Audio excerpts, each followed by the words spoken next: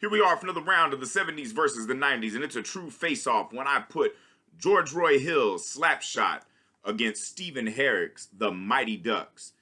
And this one was a real hard one to pick because like both of these movies kind of serve their own purpose and stuff, and they definitely celebrate the great sport of hockey. So let's just dive right on in to the nitty and the picky. First up, we have George Roy Hill's Slapshot, starring Paul Newman and Michael Ontkean. And of course, not to mention the incredible Strother Martin, who was like one of the greatest character actors of all time. And the thing about Strother Martin, there was very rarely a movie that he was in where he didn't just steal the fucking show every scene that he was in. Where Strother Martin plays the manager of the hockey team, the Chiefs in the film. And of course, like, you don't know who the fuck Strother Martin is, look him up. He was a regular in Sam Peckinpah's films, most notably The Wild Bunch and The Ballad of Cable Hogue. And he was also like immediately stole the show at the beginning of Cheech and Chong's Up in Smoke, when he plays Tommy Chong's dad, cussing him out. And of course, he is in full colorful form in this film as well. And of course, this might be Paul Newman's best movie. It definitely is, or maybe not his best performance, because that might have to go to The Hustler and maybe even HUD. So, but Slapshot is definitely like top 3, maybe top 5 Paul Newman performances. And of course, Michael Ontkean is really great in this film. He's kind of the other side of like probably what Paul Newman's character used to be when he first got into hockey. And you can see like the way, Paul Newman plays it up great as the weathered veteran, who's still in the game, but clearly loves it, but it's definitely changed a bunch. And of course, you have the Hanson brothers, who are just fucking, batshit crazy in this film. And what's beautiful about this movie is it's very like gritty and fun. And, it definitely, shows like not just the passion for the sport, but how miserable the sport can be. And like, in my opinion, those make the best sports movies, the ones that not only show you the passion but the misery as well. Because like, no matter what you're doing, whether it's sports or any like art form or whatever like form of entertainment that you're in, like, you're passionate about it, but it also can drive you fucking crazy. And of course, the big conflict arises is because they're getting ready to sell the team, or maybe even just disband it altogether. So you basically see a team come together to like really like reclaim their glory and shit. And and of course, all the supporting characters are great. Everybody that's on that team is a fucking character in and of themselves. You got the perverts, you got the fucking crazy motherfuckers, and the music in the film seems a bit random, but honestly, in a random kind of way, of like just whatever's playing on the fucking radio at the time and shit. And of course, like, George Roy Hill is a director that, for my money, wildly mid. But Slapshot might even be his greatest movie, his greatest cinematic achievement, if you will.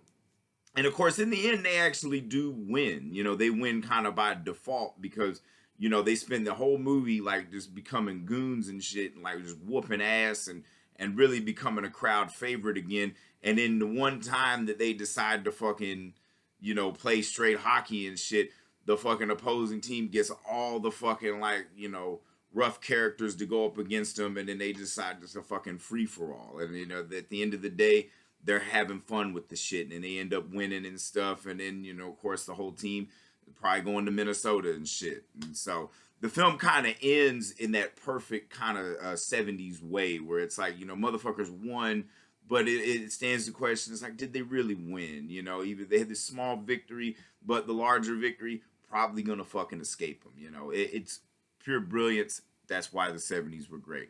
And then we move forward to Stephen Herrick's The Mighty Ducks, starring Emilio Estevez, who plays you see in the opening credits, a flashback to when that character was a kid, and he was a hotshot hockey star playing for the Hawks and shit, And the guy playing the coach, he was always like the asshole in like every fucking movie. Most notably, he was the fucking the lawyer in My Cousin Vinny. And that dude, we see the kid miss the shot and disappoint the coach and disappoint himself, and so he like quits hockey altogether and becomes a lawyer who, like, he's got a badass winning streak as a lawyer and shit, but he kind of lost his soul along the way. And and dude gets caught fucking drinking and driving and shit, so he has to do community service and shit and take a break from the law firm and shit. So in his community services, he has to coach this pee-wee hockey team that's full of a bunch of misfits and shit that can barely like fucking skate forwards, let alone backwards and shit. So like where he starts out trying to just like kind of, and not sabotage the team in a way, but just make it to where he can get by. And then when he realizes he's letting these kids down, and not only letting the kids down, but letting himself down, then he's like, well, maybe I can actually teach him something, not just how to play the game, but also how to have fun and all that good shit. And of course, you got a really young Joshua Jackson who plays the kid. That also got his mom is single and shit. He's trying to like get his mom with Emilio Estevez and shit. So there's a slight little romance in there. It's like, honestly, what the thing about the Mighty Ducks is, it's that typical tropomatic Disney bullshit that you would see in like every motherfucking film that they did, especially in the 90s, where it's like, it's a redemption story, and a film that could be a lot grittier than it is, but of course it's Disney, so it's got to be kind of soft serve, and everybody learns a lesson and shit, because like, there's that whole part in the film where he finds out that they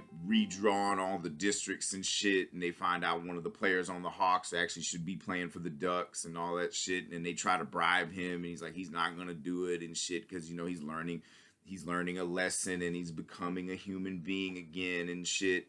And so he just says, fuck it, I'm not doing that shit, and quits the law firm, and now he's just full on coaching the Mighty Ducks and all this shit and stuff. And like I said, it's not a bad movie, it's a cute little movie, like I said, typical Disney bullshit, but it kind of takes away from like the realness of like what a sports movie should be and shit, and of course like there's kids in it too, so there can't be a lot of cursing or a lot of crazy shit, but fuck that shit. Look at the Bad News Bears. That movie was fucking great, and it was gritty as hell and funny, but like I said, Disney kind of like has to make everything all fucking cutesy and then put a bow on it and everything. Of course, they win in the end.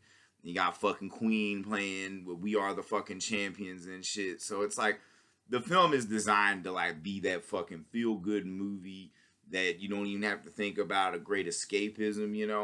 And you know what? I hate to like shit on a movie for that, but it's like, at the end of the day, I'm watching Slapshot before I watch fucking Mighty Ducks. Maybe as a kid, the Mighty Ducks is great, but when you become a grown-ass person, you realize, well, Slapshot's the better movie. So, I mean, this round clearly has to go to Slapshot, because one, it's just way more entertaining, Like, the kids are fine in the Mighty Ducks. They're not as annoying as, like, most kid actors and shit, but there's nothing, like, unique, I mean, like, honestly, when you look at something like the Bad News Bears, you see that group of kids as compared to like they kind of set the bar so high that everything else that you watch after that is kind of like, well, fuck, this is just lame as hell, because just because kids are in it doesn't mean it has to be fucking lame and tired and cute. You make shit gritty because kids are fucking mean and assholes and all this shit. But if it's Disney, everybody's all nice and lovable. There are a bunch of kids whining about how nobody respects them and they're misunderstood. Give me a fucking break, Nell Carter. I'd rather watch something like Slapshot, where you got motherfuckers that feel underappreciated and they fucking do something about it. They don't have to like guilt trip their fucking coach into fucking like teaching them how to be human beings. They just fucking take control and fuck shit up. And of course, I will say that the acting is better in Slapshot, because Emilio Estevez is a good actor. He might be, on par with his father, Martin Sheen, and probably a better actor than his brother, Charlie. But in this film, he's really just phoning it in, He makes his fucking performance in Young Guns look like fucking Orson Welles, as opposed to this. And most of like all the other supporting characters, you got Joss Ackland playing the fucking sentimental Scandinavian guy when he usually plays the fucking asshole Scandinavian guy or a South African, as he did in Lethal Weapon 2. And so, as opposed to like Slapshot, where every motherfucker is a character. Like, honestly, like the kids in the Mighty Ducks are kind of cookie cutter. You can't really tell them apart and shit. And also, like, fuck, dude, Slapshot is way more funnier than the Mighty Ducks. I'm laughing my ass off because, one, The Mighty Ducks doesn't have Strother Martin in that motherfucker to ham it up, whatever. Like, maybe at a point where Slapshot starts getting slow, Strother Martin fucking comes in there and just fucking owns that shit. As well as, like, seeing one of the best Paul Newman performances. And, like, of course, Michael Ontkean. Motherfucker could probably, in this film alone, could act circles around Emilio Estevez. So, and one, like, George Roy Hill, for being as mid as he is, he's probably a better director than Stephen Herek. I mean, George Roy Hill was one of the few directors that could actually get a performance out of Paul Newman. And in my opinion, a great director can get a performance out of anybody. You know, any director can tell a motherfucker where to hit their mark and, you know, hit that you got to do this certain time. But to get an actual performance, something that's real, something you fucking feel, that takes a truly expert director. So, like I said, this round clearly goes to Slapshot because it's a way better fucking movie. And for anybody keeping score, that is 85 to 67. 70s are up by 18 now. 90s had a couple of 1-2 punches there, but man, sometimes when the 70s give you a wallop, when the 70s come back, they give you a fucking wallop, man. So if I've said anything wrong, anything you disagree with, feel free to eviscerate me in the comments. I mean, this is just one asshole's opinion on a very long, self-indulgent journey to figure out which decade was better for movies, the 70s or the 90s. My money's on the motherfucking 70s, and when they got films like fucking Slapshot, you know, they weren't afraid to be gritty, they weren't afraid to be in your face. They didn't really give a fuck in the 70s. And 90s is when they were kind of conditioned everybody to be fucking lame and shit. And, you know, we all know what happened. But the 70s, hard as a motherfucker. So, this has been another episode of the 70s versus the 90s. You better watch out, because that puck might hit you in the face.